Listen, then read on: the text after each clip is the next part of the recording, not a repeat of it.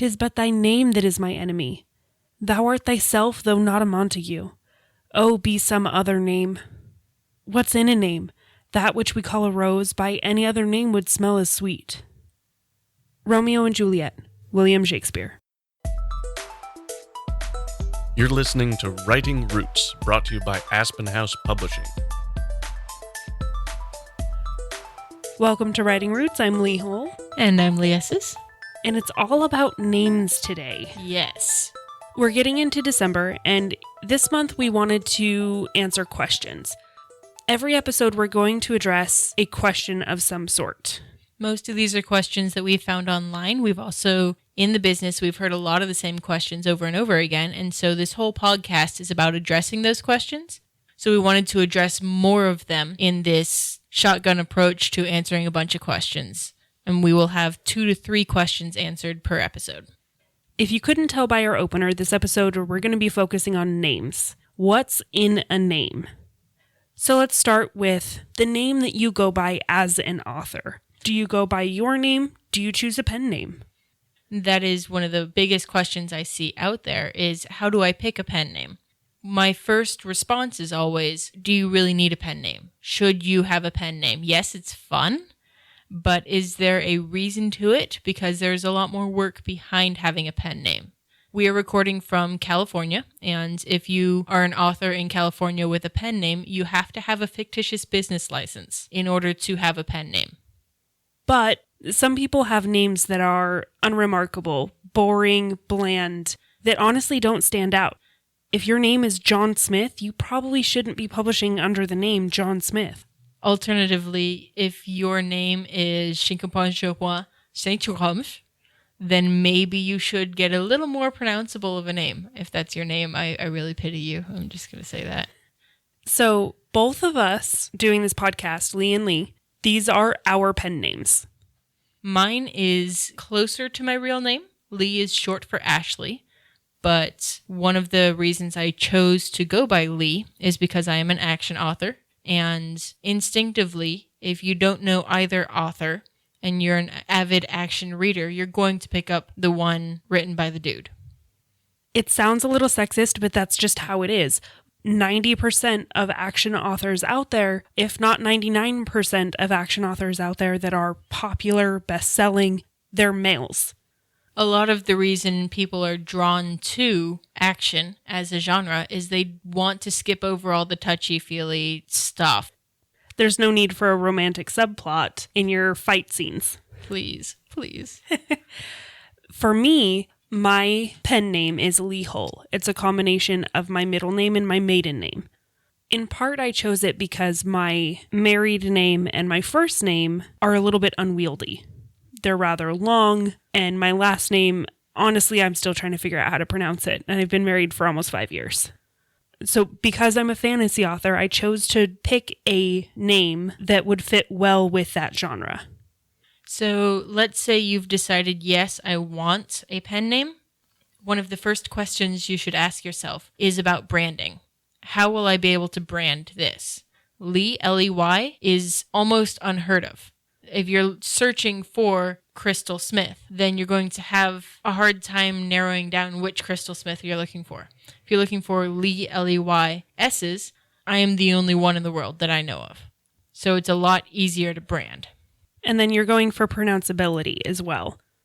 Something else to keep in mind when you're coming up with your pen name is your last name and where it falls in the bookshelf. Obviously, every bookshelf is different, but you want your name to fall at approximately eye level. So if you have the full bookshelf and A is at the top, Z is at the bottom, the optimum range is going to be between E and K. If you're going for mostly digital, you might consider an A because then you'll be listed first and people don't have to scroll as far. But if you're looking for traditional publishing, between E and K tends to be that prime spot where your eyes fall. And we touched on this a little bit, but you also have to kind of consider the gender. There aren't many genres out there that being a particular gender matters, but I would say, like we talked about with Lee's, action is one of them and romance is another. Mm-hmm. It is rare that you're going to find a book written by a man that is in the romance section. One of my favorite examples of a pen name being used to obscure a gender is actually S.E. Hinton, wrote The Outsiders, and she is female. I did not know previously that this was written by a female. I thought S.E. Hinton was a male. There you go. But the S.E. obscures the gender, and so she went by first initial, middle initial, last name. You'll often see that format of pen name with fantasy authors. J.K. Rowling, J.R.R. Tolkien. C.S. Lewis. Although if your name was Clive Staples Lewis, you'd go by C.S. Lewis also. It's true. So those are just some things to take into consideration when you're choosing your name. Another part of writing is naming characters.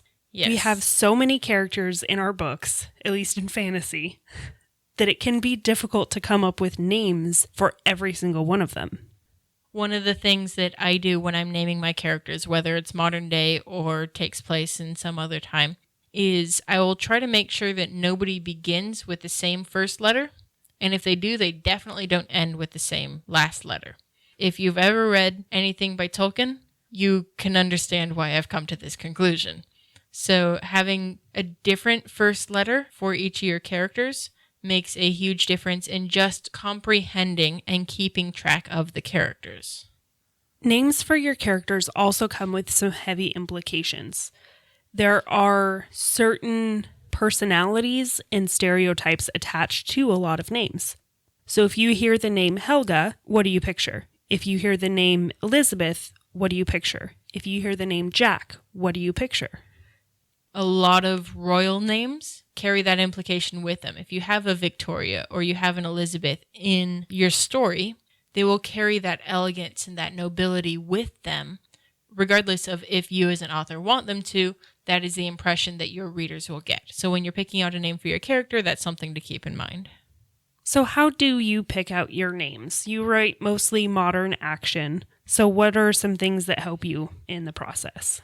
So most people who know me as an author will know that I am terrible at naming characters. So I have a lot of tricks that I can pull out of my sleeve in order to come up with names. One of those tricks is actually watching the credits on a TV show or a movie, because those are sufficiently obscure and random. There are no preconceptions that go with the gaffers in the Avengers series. Another thing that you can do is go to a graveyard. Mm-hmm. You can just take a look at the tombstones. It's really interesting what people have come up with on how to name and spell the names of people. You have to approach that with a grain of salt, though, because names are generational. You'll have a lot of Bradens coming up. So if you are writing a young adult series, having a Braden might make sense. If your character's grandfather is named Braden, it doesn't make as much sense because we as an audience don't know many grandfathers. You might be better off with a Victor. If you're trying to come up with a name for somebody in a specific generation, research it. Go online, hit up Google, and try to find out what were the most popular names for that era, for this 10-year gap. So, as a fantasy author, how do you come up with names? I slam my head on the keyboard. Actually, I slam my hands across the keyboard and then try to make something out of it. Just get a cat to walk across the keyboard and then go, text. Pretty much. That I don't do that quite as extreme anymore. A lot of the times I will look up names, go to like a baby name website and find a specific language that fits whatever story I'm writing and then pick names from that culture. Worst comes to worst, there are name generators online. You can just Google baby names, you can Google fantasy names, you can Google these name generators, and they'll come up with some interesting things. You can put your own twist on it, have fun with it. You are the author. Enjoy the ride. So we only have time for a couple more quick ones. When can I start calling myself a writer? Now, if you're writing, you're a writer.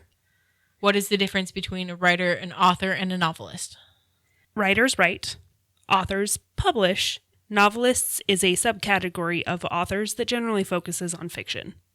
Last question. Can I use a name for a character if I already know somebody by that name? Yes, especially if you're writing in a modern context where you are using Earth names. You're going to use names that you've heard on someone before. You may be cautious about naming people after someone you hate. Like, don't name your villain after someone you hate, because that's just tacky. The only time I would say to avoid this is an autobiography, because you don't want to get sued. Name them something different, and then you can say based on a true story. And a lot of autobiographies have the disclaimer at the front going, hey, I changed the names. Don't kill the person such and such because they have some resemblance to me. Of course, that changes a little bit if you get specific permission from the people who you're going to be writing about in your autobiography. I think that about wraps it up for the question, what's in a name? There's a lot in a name. We've gone over discussing that. For our next episode, we're going to get into the question of, am I a terrible writer? Which is one I ask myself constantly. Every time I hit you with edits. But until then, write selfishly. If you have a question or comment for our hosts or a topic you'd like us to cover, send us an email at writingroots@aspenhousepublishing.com or find us on Facebook by searching for Aspen House Publishing.